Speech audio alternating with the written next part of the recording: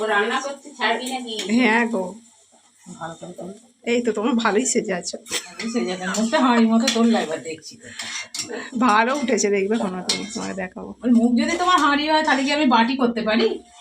হাঁড়ি আর উঠছে কত? হাঁড়িটা? হ্যাঁ হ্যাঁ, কত সবই উঠলো তো? কেন, ওটাতে কি হয়েছে? আরো খারাপ। আমি মেয়েদের হাঁটু হাঁটু বেঁচে বসে দিতে। আমি নিচে যাবো, নিচে গিয়ে আলুটা ভাজবো, ততক্ষণ ভেজে রাখবো, ডালটাও সিদ্ধ করে রাখবো, আর ফোড়নটা শেষে দিয়ে দেবো, নাহলে খারাপ হয়ে যাবে। তো উপরে সব কিছু তুলে নিয়ে এসছে, আবার দুরকম হবে আজকে তো। অশোক ষষ্ঠী আছে, অনেকে ভাত খাবে না, আবার অনেকে ভাত খাবে। নিরামিষটা নিচে করছি আর ওপরে আমিষটা হবে। তো সেই জন্য জোগাড় সব উপরে নিচে সব পোড়াবই করছে, ওগুলো করুক। আর চলো দেখতে থাকো ব্লগটা, আর পয়লা বৈশাখে তোমাদের অনেক ভালো কাটুক। আর চলো, ডালটা সিদ্ধ হচ্ছে, অনেকক্ষণ প্রেসারে নিয়ে ডালটা আরও হাঁড়িতে সিদ্ধ করলেই ভালো হবে। আর আলুটা 3বার ভাজবো ভালো করে, লাল লাল করে। আর এখানে ময়দাটা মাখিয়ে রেখেছে, এটা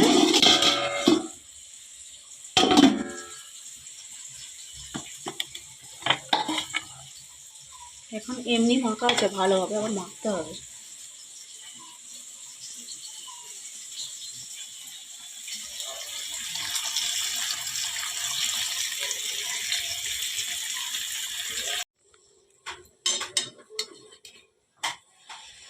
এখন টিফিনটার জন্য লুচিটা ভাজা হচ্ছে, আর পনিরটা তো কাটছে, পনিরটা বরফ হয়ে গেছে বলো।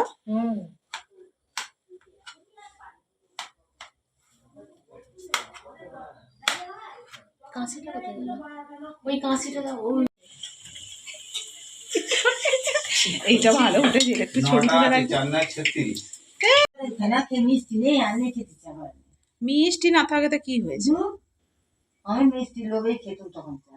বেশ তেল মাখে মুড়ি নেবো, মিষ্টি মিষ্টি চা করে বেশ বসে বসে খাবো, ভালো লাগে। কত ভালো উঠে। বিস্কুট টিস্কুট খাই, বাবু সবার বিস্কুট নিয়ে আসে, মিষ্টি বিস্কুট। তুমি সর্দি থাকলে অনেক তাড়াতাড়ি হয়ে যায়। আমাদের কাজ আর করতে পারা যায় না। সব পাতা দিতে হয়েছে, আরে পাতা সব বললো সব সব না হয় ফেলে দেবে। ফেলে কেন দেবে? ভাজ সেদ্ধ করে তো হ্যাঁ ফেলে দিও। হ্যাঁ, ডাঁটাগুলো ফেলে দাও। সেদ্ধ করে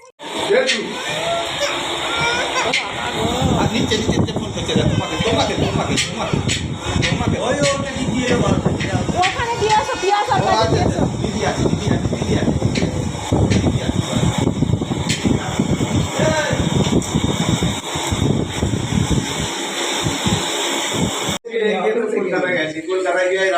আর তোকে যখন তোর মা খাইয়ে দিত তখন আমি 10 জনের রান্না করতাম। তখন শিখেছি। আর কি সময় রেখে চলে যেত বই দেখতে, সিনেমা দেখতে সবাই মাছ থেকে খেয়ে নিত। মাংস করলে ওটাও করতো। সবাই মাংস এক চামচ করে 2 চামচ করে খেয়ে নিতাম। ডালটা দিয়ে দিয়েছি ফোড়ন, ডালটা এবার ফুটলে নামিয়ে নেবো। পনিরটা ভাজা হচ্ছে, আর এখানে পায়েসটা চাপিয়ে দিয়েছি, পায়েসটা হয়েই এসছে।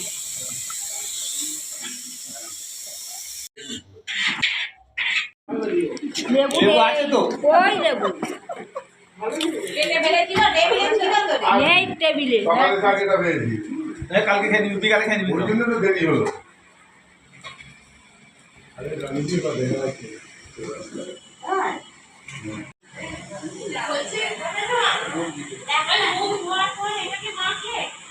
ছোট্ট বেবিকে নিয়ে ঘোরো, ছোট্ট বেবিকে নিয়ে ঘোরো। সোনা পিয়াসা দিদির জন্য মন কেমন করছে না? মন খারাপ লাগছে না? পিয়াসা দিদিকে যে ছেড়ে চলে আসলে তোমার মন খারাপ লাগছে না? বলো, পিয়াসা দিদির জন্য মন খারাপ করছে না? হ্যাঁ, পিয়াসাকে দিদিকে, পিয়াসা দিদির কে ছেড়ে চলে আসলে, পিয়াসাকে ছেড়ে চলে আসলে তুমি কেন?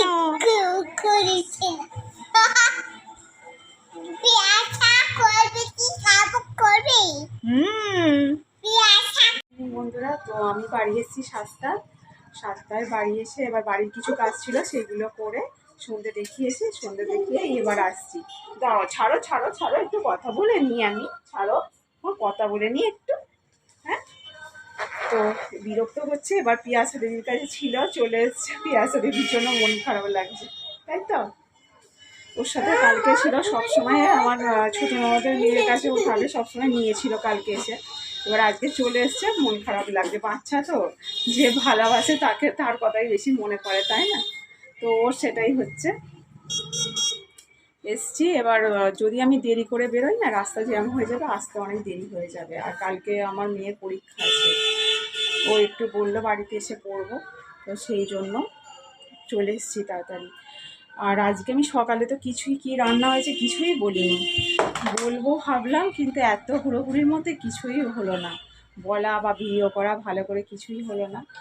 তো আজকে ভেজে হয়েছিল ছোলার ডাল, আলুর দম, চাটনি, পাঁপড়, মিষ্টি, এইগুলো হয়েছিল। আর মাছ ভাতে যেগুলো হয়েছিল, মাছের কালিয়া হয়েছিল, আলু পটল চিংড়ি, পুঁই শাকের মাছের মাথা দিয়ে পুঁই শাক হয়েছিল, ভেজ ডাল হয়েছিল, পায়েস, চাটনি, মিষ্টি, এইগুলো হয়েছিল।